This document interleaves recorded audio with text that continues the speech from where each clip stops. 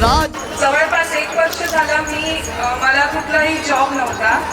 आता इथे जॉब फेअरबद्दल म्हणजे काकांकडून कळलं की इथे सिंधुदुर्गातील लोकांना खूप चांगली अपॉर्च्युनिटी देत आहेत.